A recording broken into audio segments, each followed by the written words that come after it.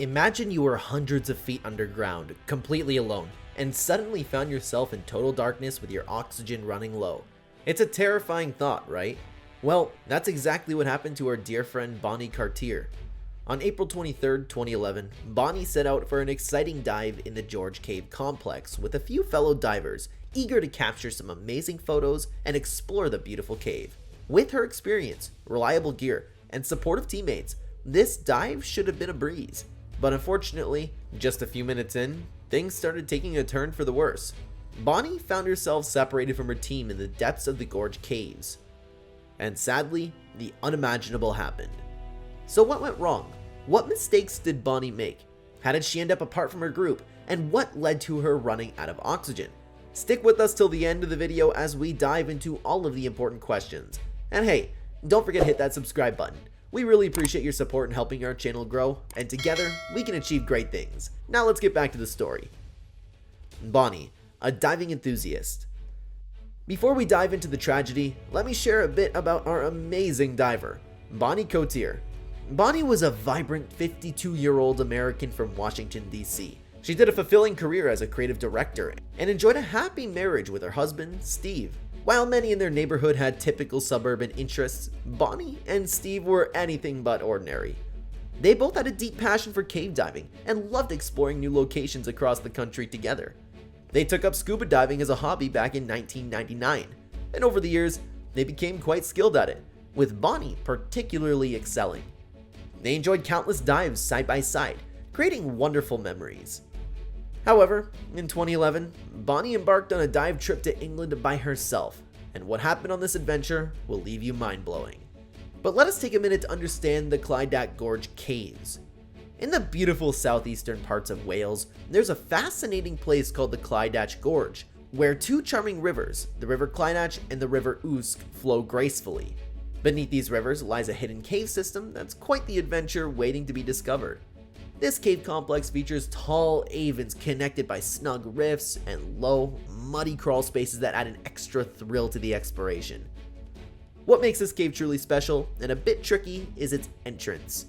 Unlike most well-known caves that have easily spotted entrances, the Gorge Caves hide their entryway so well that you can only see it when you're right next to it. The entrance is tucked beneath a rock on a small grassy ledge and is barely big enough for a person to squeeze through. This tiny, narrow entrance leads directly to the top of the first pitch, where divers must navigate their way down to enter the first haven. Once inside, there's a passage that can be followed back under the pitch, leading toward the surface of the cave. To reach a second haven, which is about 7 feet up, divers have to wiggle through a very tight rift. It's definitely a challenge, but that's just the beginning. After that snug squeeze, they face a 33-foot crawl that's a bit tiring, but totally worth it to reach a ledge that's 16 feet above the floor of the third haven.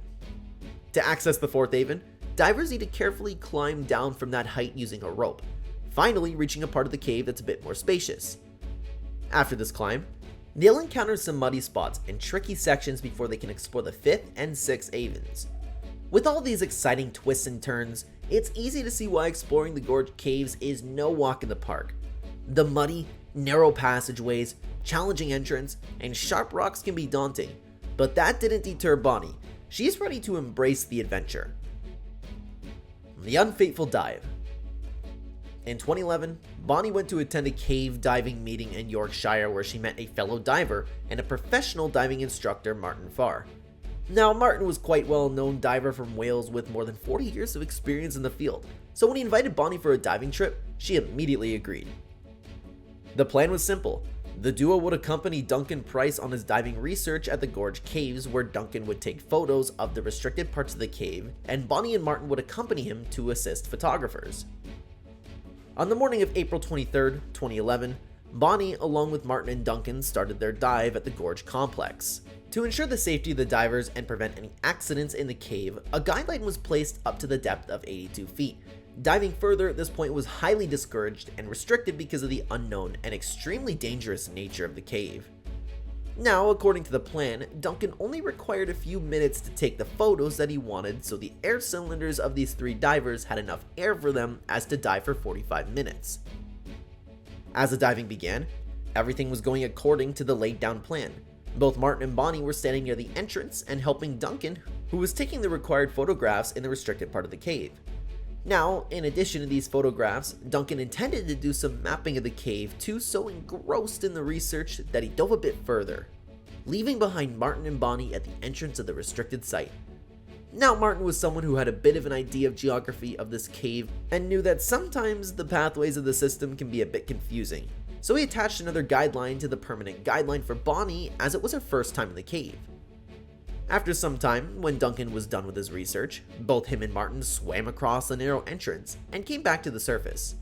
Now, up until this point, Martin thought that Bonnie was just behind him as he had seen her a few minutes ago, but when she didn't come back to the surface, even after the 45-minute mark, Martin began to worry. Martin knew that the cylinders had enough oxygen for 45 minutes, but anything more could result in some serious damage. Sensing that something was horribly wrong, Martin quickly rushed into the cave, not minding that he himself was running low on oxygen. After swimming across the entrance and into the cave, he found Bonnie alive and well, present at just a short distance from the main guideline. He quickly caught her by the harness and drew her forward. Just when Martin was preparing to swim back to the surface, Bonnie suddenly broke away from his hand and headed in the wrong direction. With his own oxygen dangerously low now, Martin had no other option but to return to the surface. After coming back, he hurriedly called for assistance of his diving partner and asked him to bring air from his house, which was about 6 miles away from the cave complex. At the same time, he called emergency services to requesting for immediate medical assistance on the scene. At this point, Duncan dove back into the cave in search of Bonnie, but when he entered the cave, he found her body hanging vertically in the water with 2 empty 7-liter air cylinders and a regulator which wasn't in her mouth. Another thing to note was that although Bonnie was wearing a diving line around her waist, it was found to be cut at the time that her body was discovered. What exactly happened? After the recovery of the body, detailed examination and autopsy made it clear that the cause of death was drowning. The experts explained that Bonnie was running low on oxygen, which resulted in her being disoriented. At the same time, she might have become entangled with her rope, which explains the rope being cut. As her air started to run out, she began to struggle more and more to get out, which in turn caused her air to run out at an even faster rate, eventually causing her death due to lack of oxygen and thus drowning. Who is responsible? When we think about situations like this, we often consider the inexperience of the diver, but that wasn't the case with Bonnie. All 3 divers had the training and experience needed to tackle this dive successfully. So what went wrong with their plan? Well, it all started with Duncan, who strayed from the agreed upon plan by venturing into the restricted part of the cave, which threw off their overall timing for the dive. Then there was the issue of the amount of oxygen that they had. They simply didn't pack enough to handle any unexpected challenges. And perhaps, most importantly, they didn't have any backup oxygen cylinders on hand, which halted the immediate rescue efforts and forced Martin to come out as he was running low on oxygen. It was a tough situation, but it's a good reminder of how critical planning and preparation are. The 2011 exploration marked the last dive for Bonnie, who truly loved what she did. Sadly, she passed away while doing something she enjoyed and accomplished countless times before without any issues. This heartbreaking incident reminds us that when you're deep underwater, unexpected things can happen, and sometimes there's not much you can do about it. Thank you for watching till the end, and if you liked the video, please don't forget to leave your thoughts and subscribe.